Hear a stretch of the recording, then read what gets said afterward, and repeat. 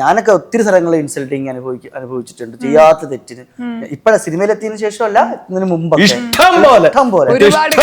അയ്യോ, ഇഷ്ടം പോലെ. നമ്മൾ ഒരു 100-200 അടങ്ങുന്ന ഒരു വലിയൊരു ഗ്രൂപ്പിലൊക്കെ നമ്മൾ ചെന്ന് വിടും, നാടകത്തിന്റെ വർക്ക്ഷോപ്പിലൊക്കെ. അവിടെ നിന്നൊക്കെ നമ്മൾ വളരെ ഇതായിട്ട് സംസാരിച്ചിട്ടൊക്കെ ഉണ്ടാവും.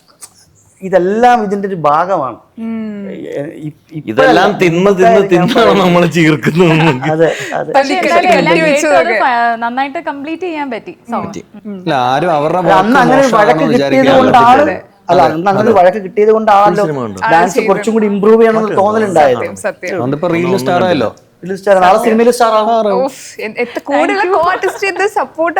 തന്ന കാശ് ഈ ഇപ്പോഴത്തെ ഒരു കാലഘട്ടത്തില് ഇനി വരുന്ന പുതിയ ആളുകളെ ഭയങ്കരമായിട്ട് സപ്പോർട്ട് ചെയ്യും. എനിക്ക് തോന്നുന്നു നിങ്ങളെ വന്ന ആ ഒരു വിഷമോ അല്ലെങ്കിൽ അത്രയും നമ്മൾ സ്ട്രഗിൾ ചെയ്ത് വന്നോണ്ടായിരിക്കും ചിലപ്പോ നിങ്ങള് ഈസി ആയിരുന്നു അല്ല സിനിമയിലെത്തി.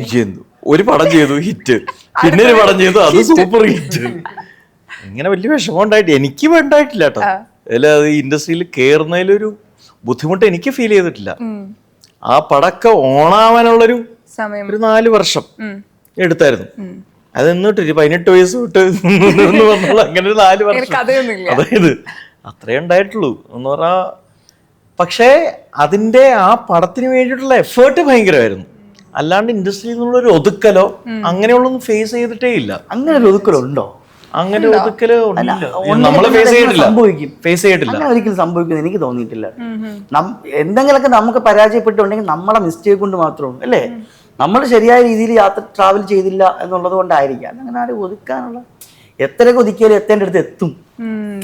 നമ്മളൊരു കാര്യത്തിന് മരുന്നുള്ള ആൾക്കാർ പിന്നെ ഉറപ്പായിട്ട് നമ്മൾ ആരെയും വഴി വെട്ടി തടസ്സം ചെയ്തിട്ടല്ലോ വരണേ.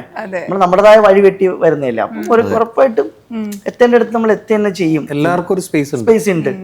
ഒരു ട്രാഫിക്കിൽ വണ്ടി ഓടിക്കുന്ന പോലെയാ.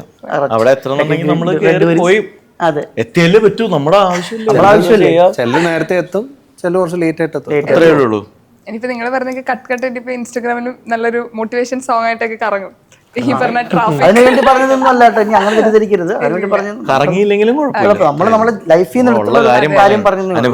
അതെ അതെ. ഇപ്പൊ നമ്മളിപ്പം ഏജ് കൂടിയെന്ന് മനസ്സിലാക്കുന്നത് ഇപ്പം പ്രേമം 10 വർഷമായി റിലീസായിട്ട് എന്നൊക്കെ പറഞ്ഞിട്ട് നമുക്ക് ഈ പറഞ്ഞ ഫോർവേഡ് മെസ്സേജ് വരുമ്പോഴാ 10 വർഷമായി പ്രേമം ഇറങ്ങിയിട്ട് എന്നത് നിങ്ങളും ചിന്തിക്കാറുണ്ട്. അല്ലെങ്കിൽ അങ്കമാലി കഴിഞ്ഞിട്ട് ഇപ്പൊ 8 വർഷമായി എന്ന് പറയുന്നതും വർഷം ഭയങ്കര സ്പീഡിലാണ് പോണേ. ഇപ്പോഴും ഇപ്പം ശബരീഷ് എന്ന് പറഞ്ഞ ബ്രാക്കറ്റിൽ ഈ പറഞ്ഞ പ്രേമം ഉണ്ടാവും, ഇവിടെ അങ്കമാലി ഡയറീസ് ഉണ്ടാവും. അതിനുശേഷം 20ഓളം അല്ലെങ്കിൽ കൂടുതൽ സിനിമകൾ നിങ്ങൾ ചെയ്തു കഴിഞ്ഞു. പക്ഷെ നമ്മുടെ കരിയറിൽ ഒരു ബെസ്റ്റ് മൂവിയാണത് എപ്പോഴും. അപ്പം ആ സിനിമ അല്ലെങ്കിൽ ആ പേര് എന്ന് ഓർക്കുമ്പോൾ നിങ്ങൾക്ക് ആദ്യം ഓർമ്മ വരുന്നത് എന്താ? രോമാഞ്ചം. ഒറ്റ വാക്കില. കാരണം പ്രേമത്തിന്റെ കാര്യം ചോദിച്ചുകൊണ്ടാണ് ഞാനിത് പറഞ്ഞത്. പക്ഷെ പ്രേമത്തിനേക്കാൾ ഒരു പക്ഷെ എൻ്റെ അടുത്തോ അൽഫോൺസിൻ്റെ അടുത്തോ, നിവിൻ അതിനു മുമ്പ് സിനിമയിൽ വന്നു, അല്ലെങ്കിൽ അതിൽ അഭിനയിച്ചിട്ടുള്ള സിജുവും മലർവാടിയിൽ ഉണ്ടായിരുന്നു, കിച്ചു ആയിക്കോട്ടെ, ഷറഫ് ആയിക്കോട്ടെ, ഞങ്ങൾക്കെല്ലാവർക്കും ഉള്ള ഓക്കെ അവരെ മാറ്റി നിർത്തിക്കോ. ഞാൻ എൻ്റെ പേഴ്സണൽ ആയിട്ടുള്ള കാര്യം പറയാം. നേരം ഹിറ്റായപ്പോൾ ഉണ്ടായിരുന്നൊരു വികാരം പ്രേമത്തിൽ കിട്ടിയിട്ടില്ല.